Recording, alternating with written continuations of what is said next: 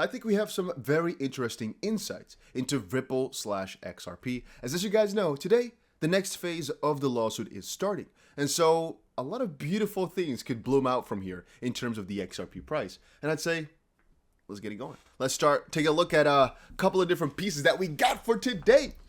James Fillen has been sharing a lot of different things, but one of the most important ones is this: a scheduling update as of September 12th, 2022, with dates specific to the motions for summary judgment. So he basically explains this new phase in the Ripple v. SEC lawsuit, which is starting today, and he explains exactly what you need to be made aware of. Then again, before we dive into that, there's a couple other pieces which he shared. District Judge Torres has approved the parties' joint scheduling proposal to govern sealing issues regarding the upcoming summary judgment motions. We'll talk about that. And Ripple defendants, as stated earlier, oppose the SEC's request to sue identities of basically their expert witnesses. We talked about that before as well. But let's quickly cover this and then let's dive right into the rest. First of all, guys, let me know down below if you're an XRP holder. But just saying, yeah, I hold XRP and pressing that thumbs up. And let's dive in. So, September 12th, James Fillen, what's going on? First of all, we have our motions to exclude expert testimony. The expert testimonies, what this all refers to, this is not so important for the price, but this is basically because the SEC wants to hide as much information as possible from their expert. There were three phases in this lawsuit that you kind of need to know about. We have the fact discovery, expert discovery, and then summary judgment.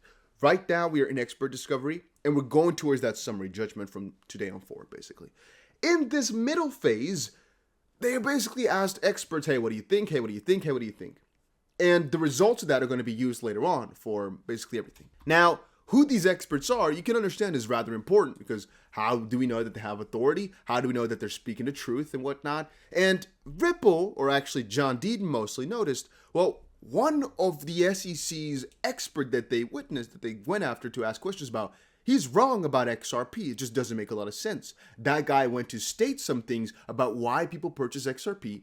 And John Deaton, who represents 70,000 plus XRP holders, said, well, that's not really why we buy XRP at all. So that's partially wrong. Now, obviously, Ripple does not want this expert, or I guess mostly John Deaton, but Ripple, they're also kind of questioning, like, what exactly is happening right there? Let all your information be public. And the SEC is saying, no, for safety purposes, we'll keep everything regarding these experts as hidden as possible. And so there's a lot of disputes about that, which, again, is regarding this hiding of identities and whatnot, as you guys probably know as of this point. Then again, another part in this entire dispute is about actually getting John Deaton in there in the court. The SEC kind of doesn't want to have him inside at all, and John Deaton wants to be in. There's a little bit of a fuss about that as well. However, moving on. The DPP and attorney-client privilege battle over the Hinman documents, the decision on the SEC's objection is pending. So we're waiting for the judge to decide over the SEC's objection, but this has to do with the fact that Mr. Hinman, as Director of Corporation Finance at the SEC, gave a speech regarding his stance on crypto a couple years ago. And we want to see what's in those emails of him discussing it. Did he discuss policy? Was this speech financial advice? Was this speech SEC policy? Or was it just his personal opinion? The SEC keeps arguing different things. It's very odd. And so we want to get some results out of that, because then we might know if the SEC had some thoughts on crypto that they did not share with us, and whether or not this was actually financial advice. Then we have the DPP, the Deliberative Process Privilege, appeal or petition to the Second Circuit. This is just maybe after this figures itself out, we'll go to the next phase, our Hinman documents, but we'll have to see about that. That's not something important just quite yet. We'll have to see.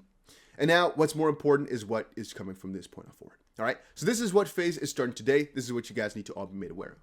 Motions for summary judgment. The court has approved the following schedule for filing motions for summary judgment. Rule 56.1 statements of undisputed facts, briefing regarding sealing issues, and dates of public filings. So, September 13th, parties file all materials relating to summary judgment motions, temporarily under seal, including briefs, Rule 56.1 statements, and supporting exhibits. That's today. Then 2 days from now, so it's September 15th, parties meet and confer, so they meet up and identify redactions, meaning what things you hide, sought by each side to the briefs in support of the summary judgment motions. So this what basically means. Today, they're filing things completely hidden. 2 days from now, they're going to meet up and say, what should we keep hidden and what should we make public? Then 4 days after that, September 19th, parties file for the public record for all of us to see at least partially hidden versions of their briefs in support of summary judgment motions, making only those provisional redactions requested by the parties during the meet and confer 4 days earlier. So we're going to see everything that was discussed. Basically, we're going to see everything that was not discussed at this meeting to be hidden. Then, October 18th, a month later, parties file all materials relating to the opposing to summary judgment motions temporarily under seal, again, as of this point hidden, including briefs, 56.1, counterstatements, and supporting exhibits. Again, following the other side and whatnot, you understand, this is just the first next step. 2 days afterwards, though, parties meet and confer to identify redactions sought by each side. They look for what needs to be hidden, and then 4 days later, they file it publicly. So this is, again, the major date to watch out for, October 24th.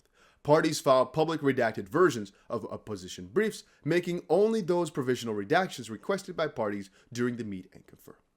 Then, about 3 weeks later, let's say, parties file summary judgment reply briefs temporarily under seal, meet and confer 2 days afterwards, and 4 days afterwards, they file it publicly. So you can see there's just a month in between all these different things, right? We have September 19th, we then have October 24th, and then we have November 21st for every single public filing that you need to be made aware of.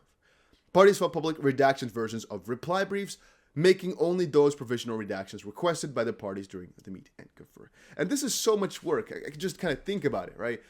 All this summary judgment stuff is going to be so ridiculously many pages. I'm certainly not going to be reading all of it, but most likely some lawyers that we know well, and they'll give us some updates on the matter, because that is going to be awful.